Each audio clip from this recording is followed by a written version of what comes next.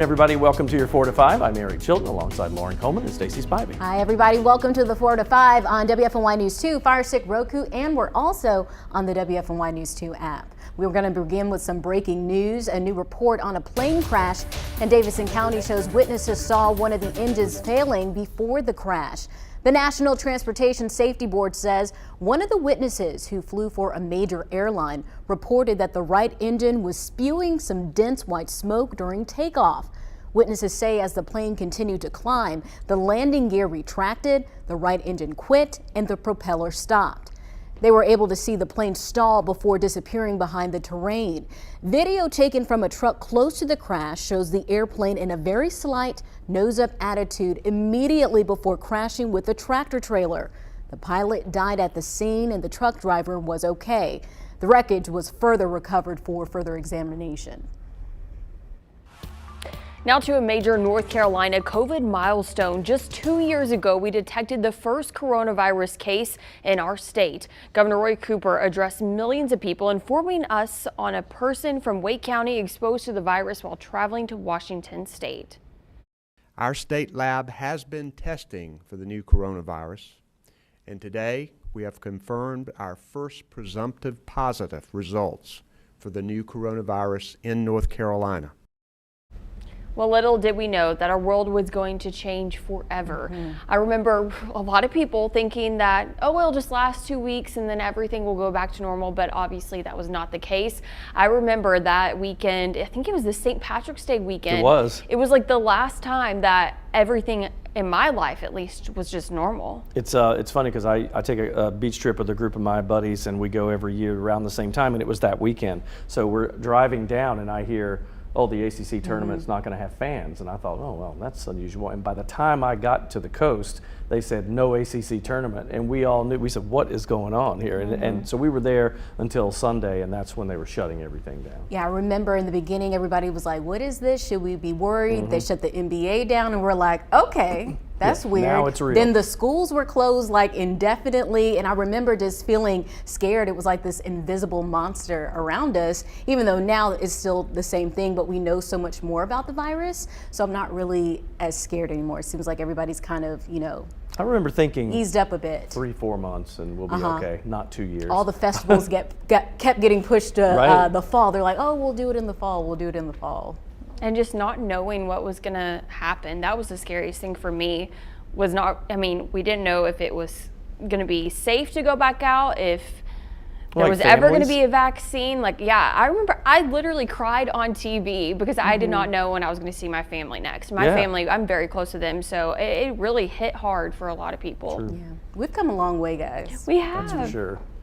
Well, we've come a long way from those early reports and peak pandemic periods. Right now, our COVID metrics, they are trending down.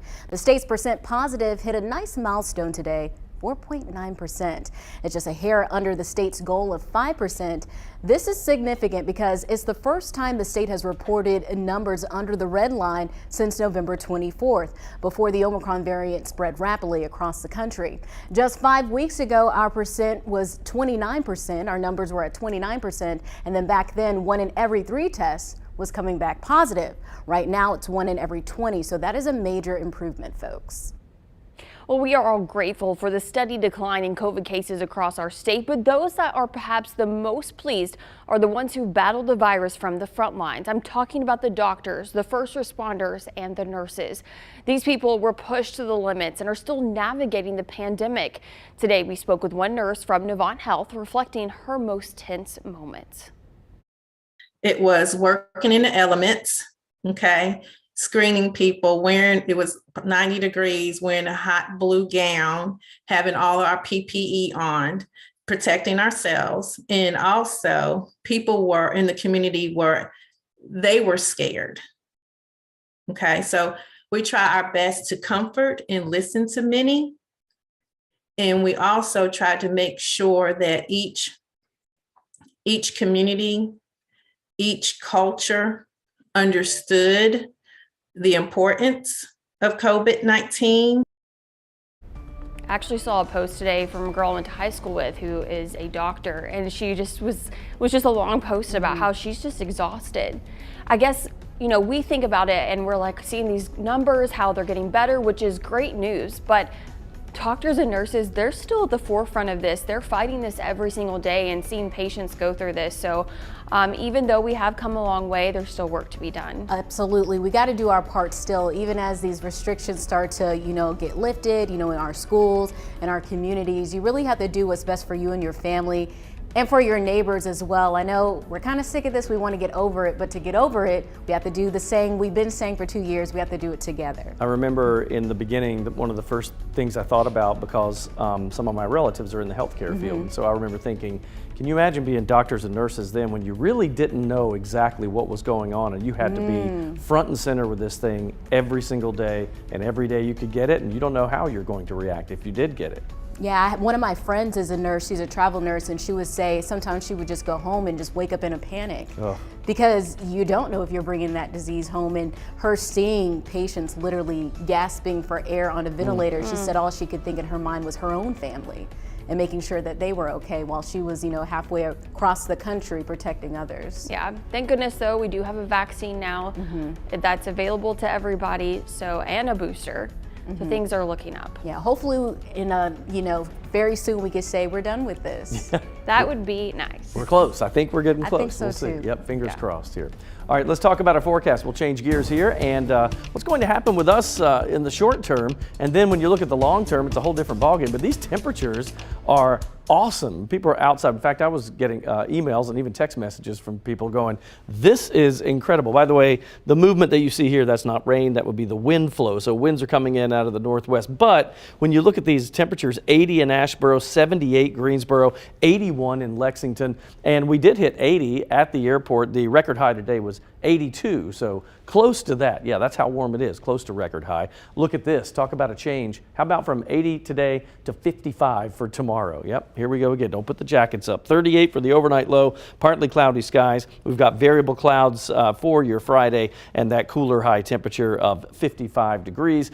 Pretty clear for the most part, although we will see that change though as we watch some clouds start to push into the area. You see the cold front sinks to the south. This is as we head into Friday, and that high pressure brings in the cooler air. But then back behind it, here's just the opposite, as another influx of warm air will move in. That'll be happening Saturday evening. So we'll go back to the 60s probably for Saturday, and then you're looking at maybe some 70s again for Sunday. Take a look at that 7-day. There's 55 for your Friday. 20% chance of a sprinkle with that system moving by on Saturday, but 64 for the high. 76 on Sunday, 80 on Monday, and then we get a little bit, two systems moving by one after the other. We go back to the 50s by Wednesday, Thursday, with a chance of rain for those 3 days. It is day 2 of the ACC women's basketball tournament. The ladies are really putting on a show for the city. Right now, we're down to just 10 teams left, battling out to take home that sweet championship trophy.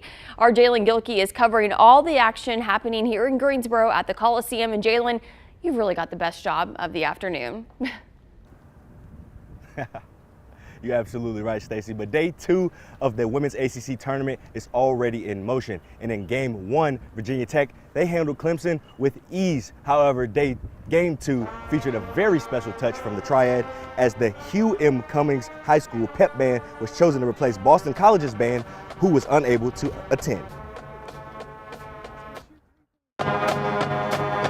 It's an amazing opportunity. Again, I tell my students we want them to be not only good musicians but good people. And since they're here, they're recognizing, hey, I can do the same thing as Florida State and Clemson, and that just lets our kids know that they can be anything they want to do, especially play music at the collegiate level. This is something that I'm definitely going to look back on when I'm older and be grateful and be thankful that they gave us this opportunity. We're 2 games into our 4-game slate of the day, and if you're into a high level of basketball, I suggest you make your way on down to the Coliseum before our next 2 games tip off. Next, we have Duke taking on Miami at 6 p.m. Very exciting. So Jalen, that's obviously that's a big game. Everybody's going to be asking about that. My daughter, because the school groups get to come in and watch some games tomorrow, and they were asking what's the big game tomorrow to watch. And what do you think your opinion is on some of the better games tomorrow? I'm trying to see whoever just won this last Boston College game. It was Boston College and, what was it? Syracuse. Oh, no, excuse me, it wasn't. Thank you. But they're playing NC State tomorrow, so that's going to be the game to see for sure. That's right. State's the favorite, I believe. Okay, go Wolfpack, I guess, right? There you go. I wore the appropriate color, red. Ed Matthews and Brad would also be very proud. They're very proud, I'm sure. Yes. Well, a lot of excitement going on there. Of course, we're going to be checking back in with Jalen all throughout the shows today to see what's going on with the ACC tournament. But for now, we'll be right back.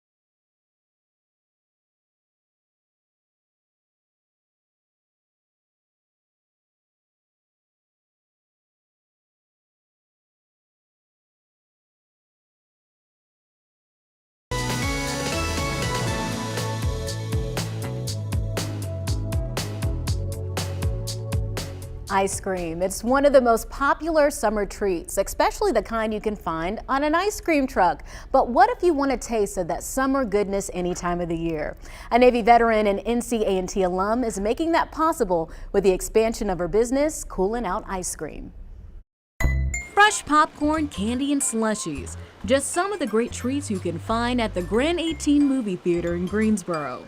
This is like a landmark for Greensboro. A lot of people, they come, they frequent here. Ice cream is now on the list too, and it's coming from a local vendor. Leslie Hines owns and operates the Coolin' Out Ice Cream and Treat Truck, fondly known as Pinky. We first introduced you to her when she started the business with her 5-year-old son Grayson just 1 year ago.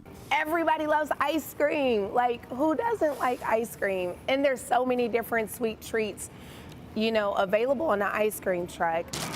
Hines' business is now expanding. She's serving up something new and sweet for Greensboro moviegoers with her new Pinky's ice cream vending machines. Because I was still getting calls and texts. Hey, when is the ice cream truck coming back out? When is Pinky? Where is Pinky? Where is Pinky? That's why we decided, hey, how can we make this to be year around so people don't have to wait for those minimal summer months. Hines currently has 5 new vending machines open in various places around the Triad, with 3 more on the way. Strawberry shortcake, chocolate tacos, and all your favorite ice cream truck treats can be found inside. I feel so honored. I feel so blessed that I can join the ranks of the rest of us, you know, business owners, startups, the rest of us ladies, us moms, us women, you know, that are answering this call. They have little inspirations on the back of them. Serving up smiles and love throughout the year is what Heinz says it's all about. I am just called to be a servant. Share joy at a time in the world, where we just need that. Heinz tells me tomorrow one of her vending machines will open on the 3rd floor of the Four Seasons Mall in the food court. She's also on a mission to spread joy in the community with her Make 'em Smile campaign, an operation where she serves ice cream to the less fortunate. For more information on how to help out, look for the story on her website. So we just love ice cream, don't we? So I asked you on Facebook, what is your favorite summer treat? Mary Chastain says snow cone. Kenzie Riley says Italian ice. Brenda Flores wrote ice cream all year long. Yeah, a lot of people said ice cream. And then Tawana Daniels says frozen yogurt. Mark Kilcree said root beer shaved ice. And then Emma Curry wrote watermelon, which is definitely a summertime favorite. So what about you guys? So if I'm going with the ice cream truck kind of fare, I like those chocolate chip cookie vanilla ice cream sandwiches. I love them. Those are in the vending machine. Oh, they are. Oh, they are. Okay, I love those. Gosh, I can't decide. Push-ups. I love frozen lemonade. Yes. Yep. Love that. I eat ice cream year round though.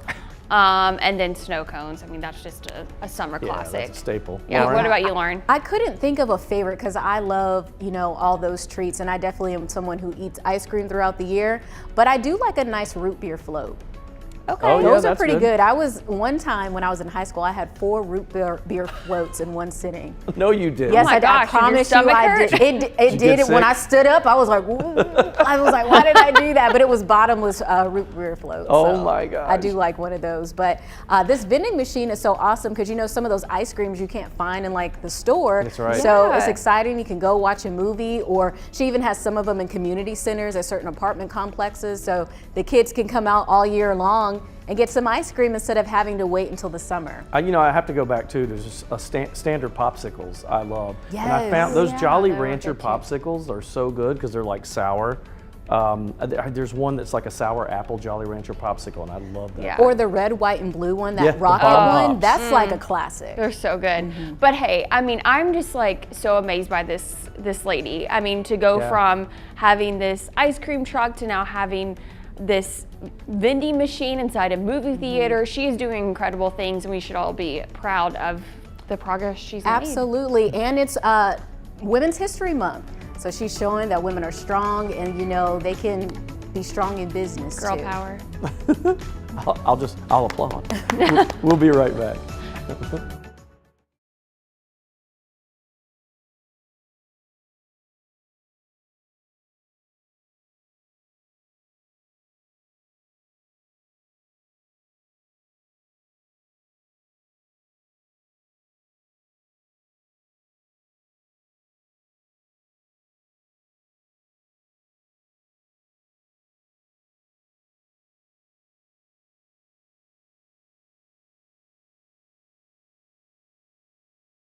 Too much. That's why I said I was trying to leave. Oh, nothing. Our mic's up. There was for a hot second. Now it is. Now No, it not is. now. It wasn't, Yeah, no. just now.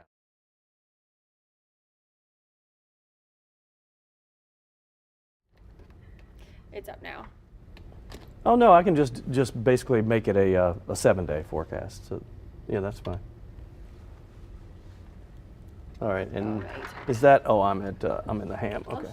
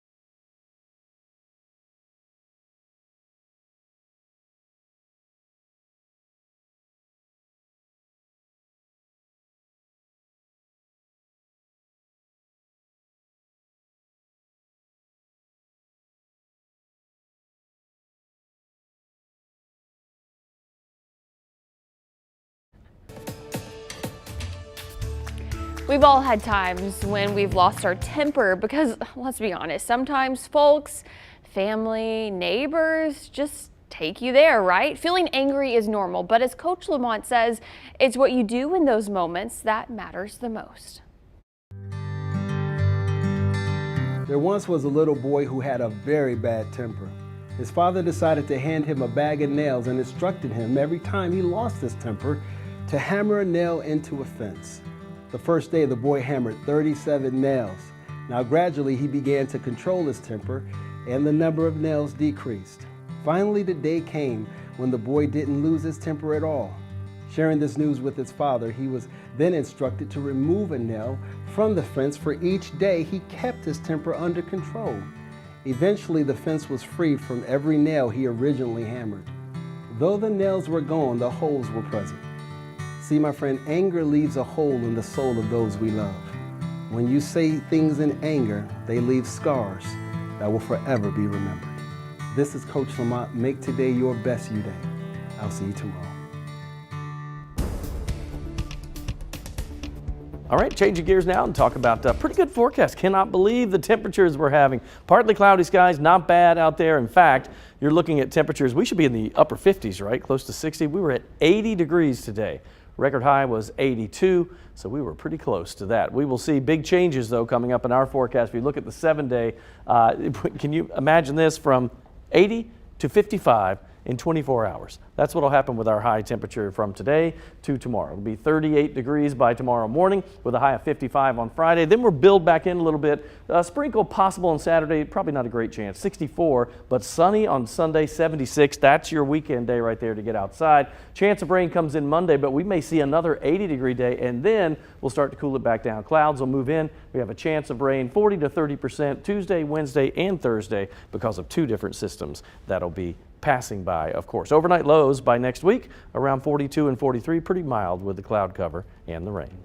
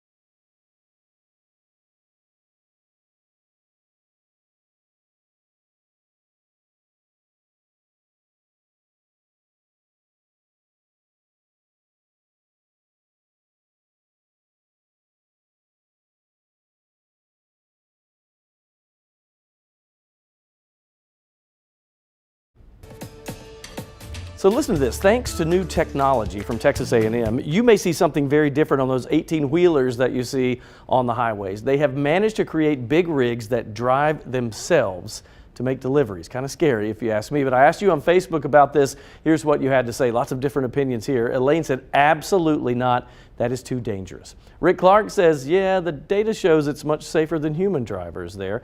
Mary says, no way, things are way too big for someone not to be behind the wheel to control them. Same for cars, she says. And then Kelly Simpson says, as someone who was a claims adjuster, this is a hard no for me. I can't imagine investigating accidents where there wasn't a driver behind the wheel. Danny Harmon says, this is such a good idea. There's nothing that could ever go wrong with driverless trucks. Nothing. Driverless NASCAR coming up next, and then driverless ambulances. And David says, well, that's just putting more people out of work. That is one way to look at it. Now, I will say this in full disclosure. I wasn't quite sure when I saw this online today if the truck drivers are still in the cars or trucks and they're driving themselves, or if the trucks are just completely driverless, but they did call it driverless trucks, and to me that says no human being in there. I still feel uncomfortable whether someone's in the car or not, because you can get a little too relaxed and give that truck too much control. And what do you do when it starts veering off into the other lanes? Yeah, we were talking about this a little bit before, and I feel like if one is going to be like that, then all the cars on the roads need to be like this, so that everyone is working like in synchronization. Together. Yeah, because I feel like if one is self-driving, the other is not. And you have those people that are zipping and exactly. It's just going to create a lot of issues. However, I will say I will be very excited the day where I can get in the back of my car and take a nap, and it drives me to the beach or something. I always think about that when I'm driving like long distances, like 7 hours. I'm like, it would be so awesome if I could be like in a bed while this taking thing a nap. Yeah. Or we could just teleport and just be like I Dream of Jeannie. There and you just, go. like, that's snap what I really, and you're there. Yes. That's why I like taking trains for that very reason there. You can just relax. Like that's actually an experience. Yeah, it's fun. That's a really good point. Yeah, we need more trains. I would say I would be willing, if I had like a Tesla or something that does this, I would be willing, like Stacy said, once there are more vehicles that do this, I would be willing to sit in the driver's seat and lean back a little bit, take a nap, but I would not want to leave that seat, I don't think. What about a driverless plane? Are you all ready for that? Oh, no. A driverless That's a whole boat. other level. But you know they do that. Like pilots, they do have like a steady. It's autopilot. Once they take off and get to a certain level, they do put on autopilot until it's time to land. Like all friends of mine that are pilots say that's standard. That's what everybody does. Oh. But the landing part, that's yeah. the most Well, important. landing you gotta take a hold. Well, we're going to be right back after this quick break. Join us on Facebook though. We're chatting it up on there.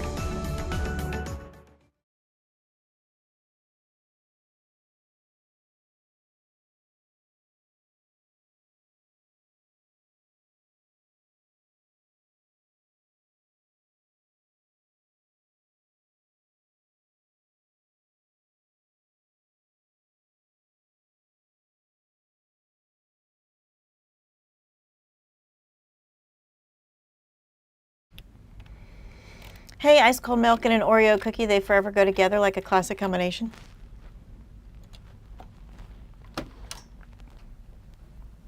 What now? No, I don't. I didn't even know that that existed. That good, huh? Okay.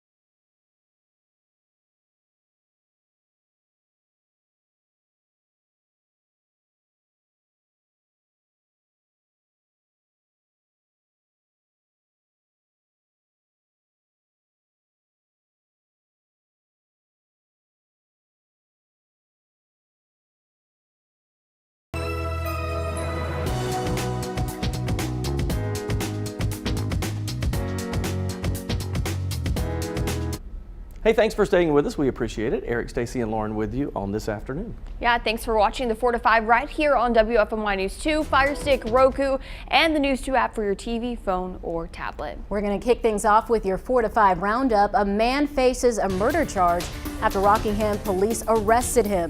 The sheriff's office says Terrion Vincent shot one person and murdered another last night. Vincent is a 21-year-old from Rural Hall. He is being held at the Rockingham County Detention Facility without bond.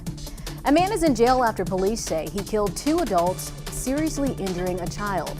Lexington police say it happened last night around 7. They say someone called 911 after seeing smoke at an apartment on Burgess Street. The person also said they saw blood and a gun near the apartment. Police found 2 adults dead inside the apartment and an injured child. Right now, the child is in a hospital fighting for her life. This is a developing story. You may have seen this article posted on our website. It reads, if you live in one of these North Carolina counties, the CDC says you should still wear a mask. According to the latest data from the CDC, Gilbert County is considered a high-risk area.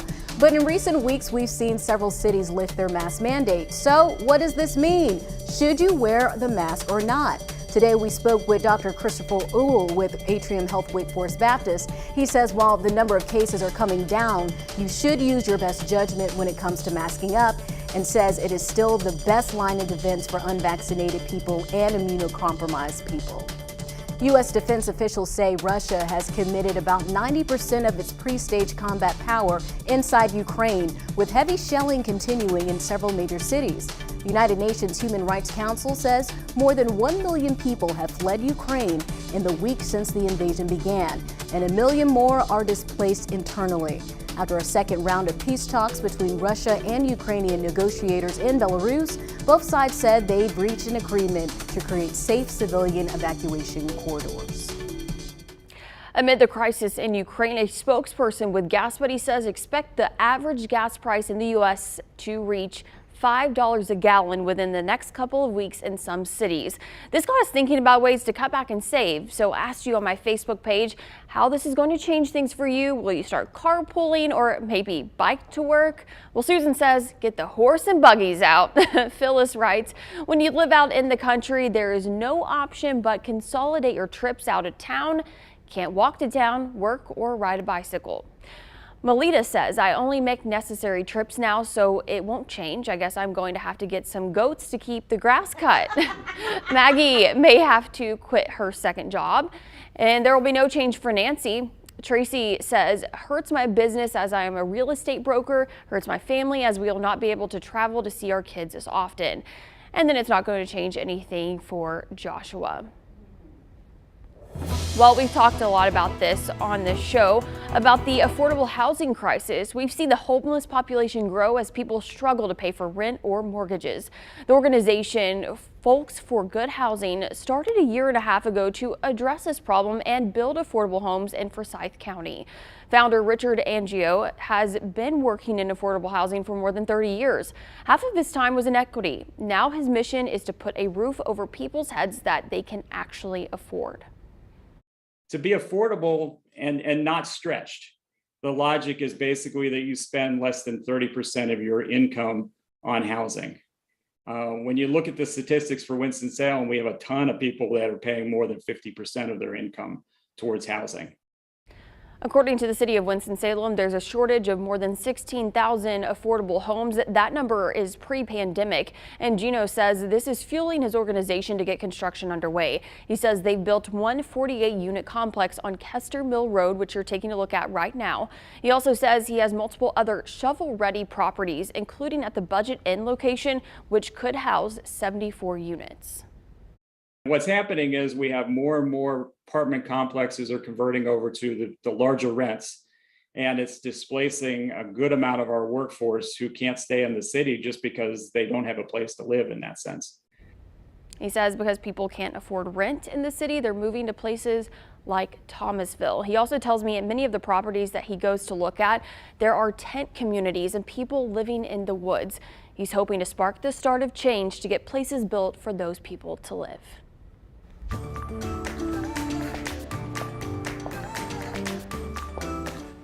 Dollar bills, y'all. If only we could print as much as we needed, right? when it comes to money, what are your big wins and what are your big regrets? Regrets would be not putting as much into 401k as early as I should have. Okay. You got any wins? Well, because after I realized it, my uncle told me what I need to do. Then I did it, and I was I was in my early 30s when I really went after it. So. My regrets, swiping that plastic a little too much. Yep. Yeah. I've gotten better though, y'all. Okay, so that's a win. That's good. A regret and a win. What about you? A win is no student loan debt. Yes. Nice. That is a great win. My husband does have it, but I don't. And yeah, the credit card. Yeah, Yeah. it'll do it to you. I understand. So for my win-wise, I have no credit card debt. I pay it off every single month. And that is because it was a regret beforehand, right? Because I had that beforehand. The other one was when I was married the first time around, I did not take an active part in the bill paying. And that is really a mistake. You need to know what is going on. Even if one person is really in charge of the bill paying, everybody in the household needs to know what is going on with the process. Let's look at what some other folks are saying their top financial regrets. This is from a OnePoll survey. 51% regret not starting a retirement plan while they're young. That was Eric's. Okay. 43% regret not paying attention to my credit score, which now, involves a whole lot of stuff. I mean, sometimes you can't rent an apartment because of your credit score. 41% regret buying cheap goods. Yeah, we instead of buying quality, we're buying quantity of just junk. At 41% also regret defaulting on payments and ending up in debt collection, right? And saying, oh, I'll get it later and letting it go. 38% regret overspending on credit cards that they can't repay. A bunch of us have already confessed that. And 37% regret buying a car without knowing all the things involved. 36% regret letting student debt accumulate. So what stands out to you on that list? I'm looking at it. The cheap goods thing is I wouldn't have thought of that. Oh, really? I mean, I know I don't buy the best of everything, but I have learned as I got older, you do get what you pay for. And if you buy something good, it usually lasts a lot longer. Right. I would say the credit one because it's important to pay your bills on time, like even those little bills like, Best Buy or something like that, because over time that can hurt your credit. Absolutely. I'm a little surprised that student debt is so low on the list because I feel like everyone I know is dealing with that right now. No, That's why I they keep hear pushing it off. I know. The cheap goods thing, I think maybe, and I don't know, maybe it's a girl thing because we are like, we always want to be trendy and like do the trendiest stuff, right? So we just buy whatever the cheap thing is because we're like, we just want a whole bunch of options in the closet. Yeah. Right, and we don't buy quality where guys can like buy one, set of black pants and whatever. I'm just wear saying. them every day and wear them every day and nobody notices. I used to have pair of black shoes, dress shoes, a pair of brown red dress shoes, and that was all you needed, Yeah, so it's different, I think. Must be nice. So money is one of those things that I think we all think we should know how to handle, right? But then we really do need to learn how to manage it. It doesn't just come out of the womb, all of us knowing what we're doing. So of the people who responded to this survey of financial regrets, the average respondent had $3,083 in credit card debt. 3/4 have made an average of 5 financial decisions that they regretted in the last 5 years, and 7 in 10 said they learned from financial mistakes that other people made. Yeah, that would happen too. You talk to like relatives if something has happened and that type of thing, you do learn. And I did learn early when, again, going back to what my uncle told me, because he was really good with money and my parents weren't so much, so my dad said, talk to your Uncle Larry. So I go to him and he said, here's what this will be in 20 years. And I was like, you're kidding. And he showed you the compound interest. Yes. Yes. As Warren Buffett said, compound interest is the 8th wonder of the world. It's the 8th wonder of the world, yes. So if you're not giving, you need to give to yourself. That's right, pay yourself first. Very true. All right, let's look at our forecast, see what's going on there. Temperatures across the area, it's surprising, isn't it? I mean, you look at these numbers and we're seeing some 80s out there. I mean, it's 81 degrees in Lexington. This is a regional map, so you don't necessarily see that there. But 78 in the Triad, 73 in Asheville. Look at Columbia. It's always hot in Columbia, though, isn't it? 83 at probably down at 5 points right now. Macon, Georgia's at 83 as well. And then you can tell where the cold front is if you go up to Roanoke, which not that far away, unless you're dropping almost 10 degrees, 58 in Richmond. So what will happen with us tomorrow? It's going to be cold in the morning, 38 degrees, and a high of only 55. That's a 25-degree drop in high temperatures from today of that 80-degree mark that we had. And by the way, that's not the official high yet, but when we're looking at the numbers, 80 was the warmest we saw.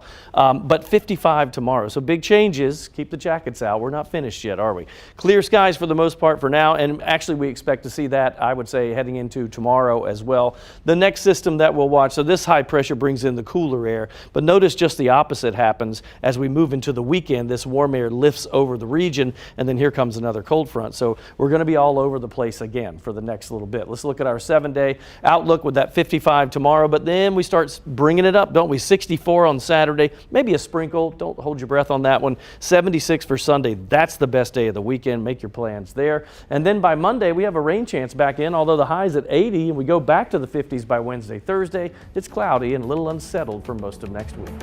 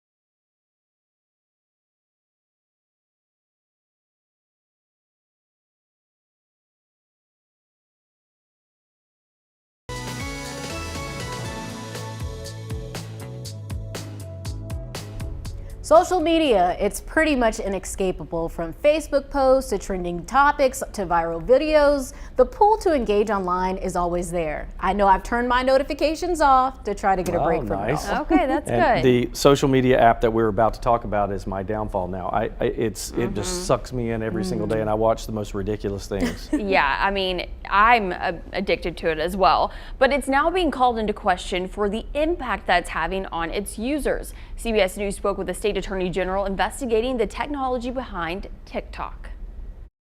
All this talk about good things to come? With more than 1 billion users, TikTok has risen to social media dominance. What took Facebook more than 8 years, YouTube and Instagram more than 7 years, TikTok has done in 5. The increased use by teens and young people of social media platforms can contribute to increased levels of anxiety, depression, even suicidality. Massachusetts Attorney General Maura Haley is part of the group of AGs from across the country investigating TikTok's effect on young users. It's a bigger problem if the platforms knew about it, and worse, if they designed their platforms to essentially get them addicted to the platform. The probe looks at what the app's algorithm does to increase the frequency and duration users stay on the app, and whether the company knowingly harms young users' mental health. Abrar Al-Hidi has reported on TikTok for CNET. Its algorithm really seems to know people better than any other algorithm has before. A recent investigation by the Wall Street Journal found the app tracks not just what users like, share, and post, but also the time spent on certain content, giving users more, even if they don't seek it out. It doesn't require liking something. How does the algorithm know that you're into that kind of subject? Every little action you make, which could be, I'm sticking onto this video and I'm going to watch it all the way through, or I'm going to watch it again. It's watching that too. It's really analyzing every single move you make. Michael Beckerman, the company's head of public policy for North America, told CBS Mornings in October the company has safeguards in place. We do have an age-appropriate experience. We have the tools in place to have let parents decide how much time they want their teenagers to spend. We give the nudge on taking a break. In a statement, the company said, "We care deeply about building an experience that helps to protect and support the well-being of our community and appreciate that the state attorneys general are focusing on the safety of younger users." Are there safeguards these companies could be using that they're choosing not to? Absolutely. I mean, these companies create these products. They design the technology, so it can be designed in other ways. So I'll say this, if you haven't seen the movie, and correct me or forgive me if I don't know the name, is it Social Experiment? Is it's that what you're talking on about? Netflix. Yes. I was going to say the same so if you thing. Did you watch it? Yes. It is. And they interviewed this is pre-TikTok, so I know it was Facebook and Twitter. And when those people that don't work there anymore talked about how they thought they were doing something positive, and then in the end, you're feeding people the same information. And for people that are on extreme ends of the political spectrum, they're getting fed more of the same, and it just instead of us being able to make an educated decision with stuff, it's pushing them to the extremes, either right or left. Yeah, it's a big deal. Some of the people who are part of this creation say, I don't even let my own kids use some of these apps. Yes, well, I made my teenagers watch it with us, and they were blown away. Yeah. I will say, I think that the companies have a responsibility, but the parents also have a responsibility just as much. You need to monitor, how much time your child's on there, what they're even watching on there, if you even want to allow them to have TikTok, because I've been scrolling on there before and videos that are very inappropriate pop up, and I'm like, there's no way a teenager should see something like this. So while they need to be held accountable, I think parents need to be held accountable too. Absolutely. The same comes to like television as well, like setting those times for when your kids can watch, what they can watch, what your kids can eat. How is this any different? And see, I've got my third oldest is just he'll be 12 pretty soon. That's when, one time he said, Dad, do you have a password on your login on Netflix? Because you have multiple users, and we have the kid ones for my two younger ones. And I didn't, but I said, yeah, I do. Because I realized that, that's what he's about to do, log in. And that's also the age where they start finding out the shortcuts and the cookies and the hiding the history and all that kind of stuff. Not ready for those days quite yet. You got some time. Yeah. Just wait. All right, we're taking a break. We'll be right back.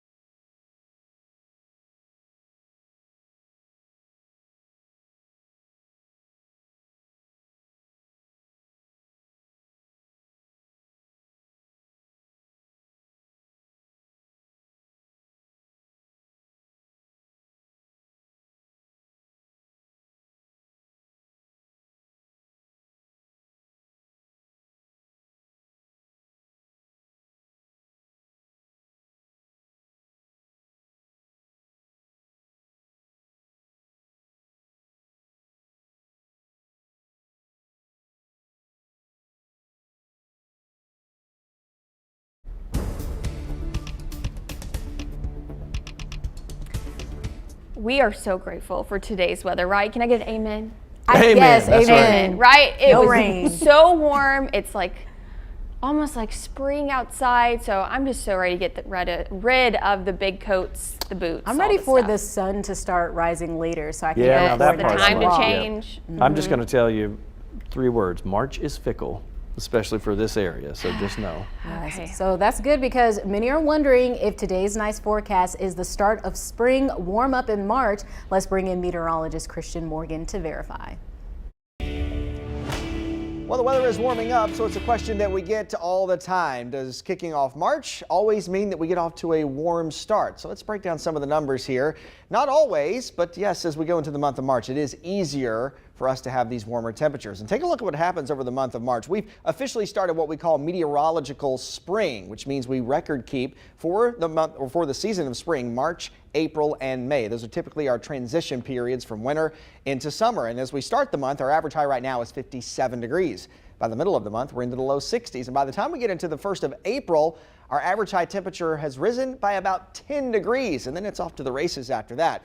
And March in and of itself is a very, very big month of change. Not only do we gain in the temperature department, we also gain in the daylight department as well. Over an hour of daylight, 69 minutes if we're going to be exact about it. Of course, a lot of that has to do with daylight saving time, which begins on Sunday, March 13th at 2 a.m. Now, of course, as it is typically a warmer month, we can also have some snow in the month of March too. And historically, Greensboro has seen more snow in the month of March than we do in December. And in fact, the largest snow that Greensboro ever recorded, and North Carolina ever recorded for that matter, was back in 1927 in the first few days of March. So not ruling anything out. It's a big month of change, but yes, it is easier to get warmer temperatures in the month of March.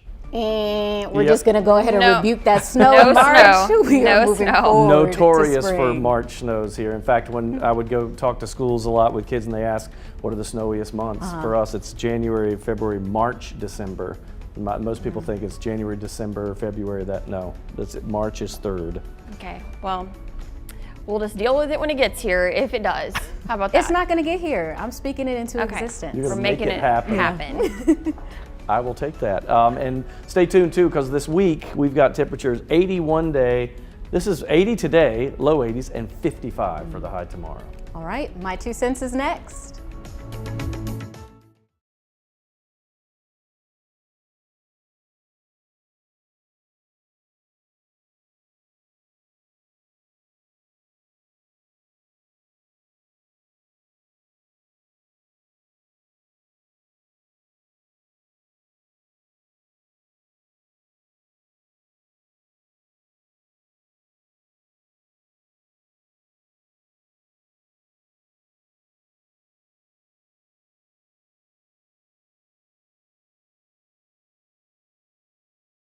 Seeing the tournament brings thousands of visitors to our area and even more dollars. I know. Here's a look at today's action. Wake Forest will play at 8. Slam his fist on the weather center desk so hard one day I thought it was going to break. Hi, Alabama, Alaska, Arizona, Arkansas. Mic check 1, 2, 3. Hi, 1, 2, 3, 4, 5. They were chosen to replace Boston College band, which was unable to attend that tonight's See that. 1, 2, 3, 4, 5, 6, 7, 8, 9, 10. I can hear you. I had it out. 3, 4, 5, 6. You would get so mad. Hi, mic check 1.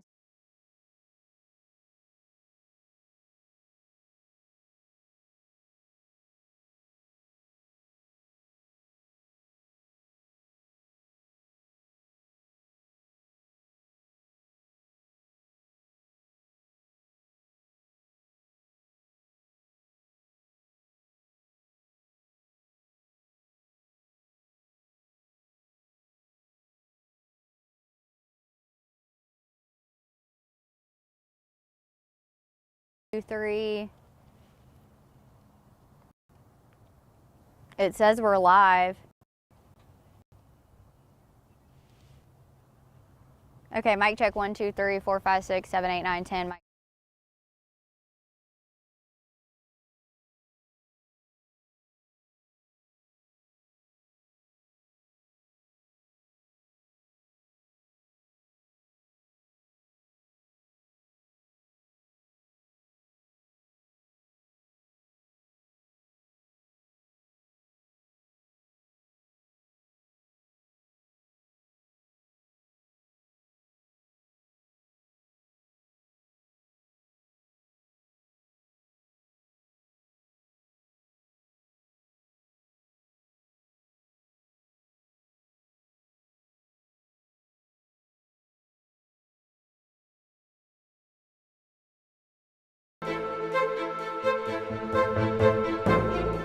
I want to talk about what we are seeing in Ukraine right now. A crisis most of us have not seen in our lifetimes. One country trying to take over another.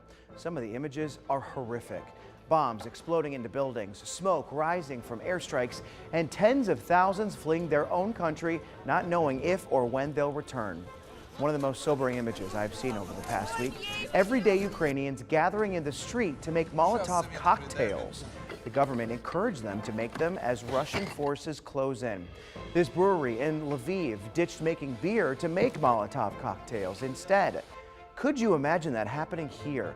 Leaving your job to make explosives to stop a foreign military from taking over your city. You might have also heard men between 18 and 60 years old aren't allowed to leave Ukraine in case they're needed to fight. Women and children leaving their brothers, husbands, and fathers behind, not knowing if they'll ever see them again. I don't know about you, but the everyday problems we all experience seem so minuscule now.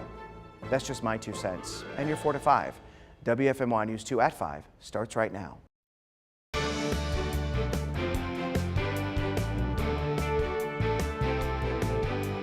We are learning more about that plane crash on a Davidson County interstate a couple weeks ago that killed a pilot.